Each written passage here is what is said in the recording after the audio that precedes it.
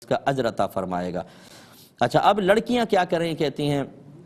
دیکھیں، میں پیرنٹس کو بھی سمجھاتا ہوں اکثر، اور میں ایسی بچیوں کو سمجھاتا ہوں کہ آپ اپنے اندر صلاحیت بیدار کریں۔ آپ سب سے پہلے تو اچھی تعلیم حاصل کریں، اس کے بعد کوئی فن سیکھیں، ہنر سیکھیں، آئی ٹی کے شعبے کی طرف آئیں، اچھی ارننگ کریں، رشتے آپ کو بہت ملیں گے، انشاءاللہ بہت ملیں گے۔ کوئی کارنامہ کر کے دکھائیں، کوئی اچھا سافٹ ویئر بنائیں۔ آج کل تو دیکھیں نا، ہماری ملک کی بھی ڈیمانڈ ہے کہ آئی ٹی کے شعبے میں آپ آگے بڑھیں تاکہ ہماری ایکسپورٹ بڑھے، یہاں سے سافٹ ویئر بن کے باہر جائیں تو بڑی ارننگ اچھی خاصی ہوتی ہے۔ آپ اس میں کیوں نہیں آتے؟ ماں باپ کو چاہیے اپنی بچیوں کو، ایسے کوئی بچیاں اگر آپ کو سمجھتے ہیں کہ رشتوں میں پرابلم ہو رہی ہے، ان میں کوئی اضافی صلاحیت بیدار کریں، انہیں عالمہ بنائیں، انہیں مفتیہ بنائیں، وہ عورتوں کے اندر دروس کریں، پروگرام کریں، لوگوں کو دین سکھائیں۔ الحمدللہ اتنی رحمتیں بڑھتی ہیں اللہ تعالیٰ کی، دنیاوی لحاظ سے انسان ترقی کرے، مثبت ترقی، یا دینی لحاظ سے ہو تو الحمدللہ بہت زیادہ برکات ہوتی ہیں۔ اور خدا نخواستہ چلو بالفرض اللہ تعالیٰ کا ازلی فیصلہ یہ ہے کہ شادی ہونی نہیں، پھر بھی کم از کم بچی کسی کی محتاج تو نہیں ہوتی۔ ایسے تو والدین کو اصل ٹینشن کیا ہوتا ہے، ہم فوت ہو جائیں گے تو بچی کا ہوگا کیا؟ بچی اپنے پاؤں پہ کھڑی ہوگی، وہ اچھی ارننگ کرے گی، اس کا اپنا بینک بیلنس ہوگا، اس کو سنبھالنے والے بہت سارے ہوں گے، کوئی پھپھی بنی ہوگی، کسی کی خالہ ہوگی، بچے سنبھالیں گے، کیونکہ ان کو پتہ ہے کہ خالہ کے پاس پیسہ ہے، پھپھی کے پاس پیسہ ہے، اور کوئی ہے تو ہے نہیں، اچھی خدمات ہوتی ہیں۔ وہ پیسہ اپنے پاس رکھیے گا، کسی کو دے مت دیجیے گا، نہ پراپرٹی نام کیجیے گا، پھر دیکھیں آپ کی ویلیو کیا رہے گی۔ تو خلاصہ کلام یہ ہے کہ بالکل مایوس ہونے کے بجائے، مطلب مجھے افسوس ہوتا ہے کہ میں انگریزوں کی مثال آپ کو دوں، ان کے ہاں کتنی عورتیں شادیاں نہیں کرتی ہیں، وہ بالکل اپنی لائف بالکل اچھی لائف گزار رہے ہوتے ہیں، اور ان کے ہاں ایسا نہیں ہوتا کہ تم نے شادی کیوں نہیں کی۔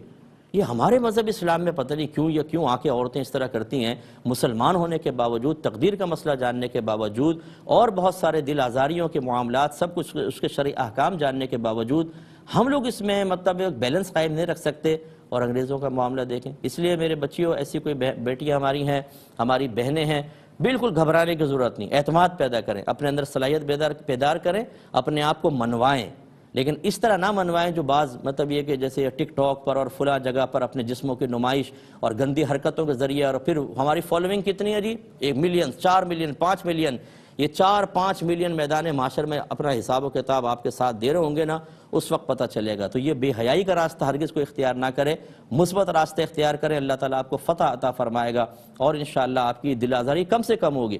جب آپ کو مثلا آپ نے کوئی اچھی چیز بنائی، آپ نمایاں ہوئیں، آپ نے عالمات تیار کیں، آپ نے مفتیات تیار کیں، آپ نے لوگوں کو دین سکھایا، اب یہاں سے آپ کی پذیرائی، یہاں سے پذیرائی، آپ کی حوصلہ افزائی ہو رہی ہوگی، تو آپ دیکھیں وہ سارے جو احساس کمتری اور کوڑنا جلنا سب ختم ہو جائے گا۔ اپنی اس طرح کی مصروفیات بڑھائیں، اللہ بہت برکت دے گا، ہماری دعائیں آپ کے ساتھ ہیں۔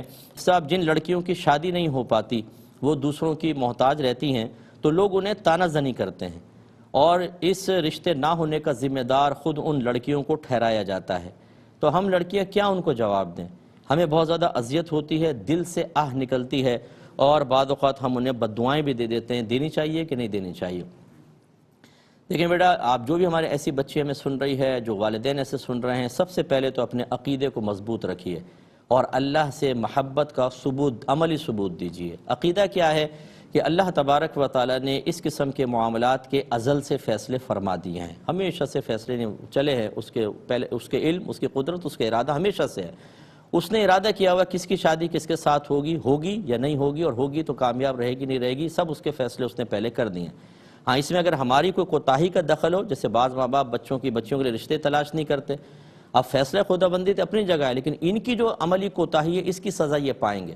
لیکن ہم اس سے قطع نظر، یہ اللہ کے فیصلے ہوتے ہیں، کس کی شادی ہونی ہے نہیں ہونی، کس کی شادی میں دیر ہونی ہے، کس کی شادی جلدی ہونی ہے، تو لہٰذا اللہ کا یہ فیصلہ ہے۔ اب محبت کی بات آتی ہے، عقیدہ یہ ہے، تو محبت کیا ہے؟ ہم اپنے رب کی رضا پر راضی رہیں گے، ٹھیک ہے؟ اگر میرا اللہ تعالیٰ مجھے آزمائش میں رکھنا چاہتا ہے، میں اپنے رب کی آزمائش میں راضی ہوں، اللہ مجھے انعام دینا چاہتا ہے، میں انعام پہ راضی ہوں۔ ایسا تو میں نہیں کروں گا، یہ نہ کرنا چاہیے کہ اللہ تعالیٰ ہمیں دیتا رہے، کھاتے رہیں حلوے مانڈے، تو اللہ تعالیٰ اچھا لگے، اور اللہ تعالیٰ کسی نعمت کو چھین لے یا محروم کر دے تو اللہ سے بغاوت اور دشمنی پر اتر آئیں۔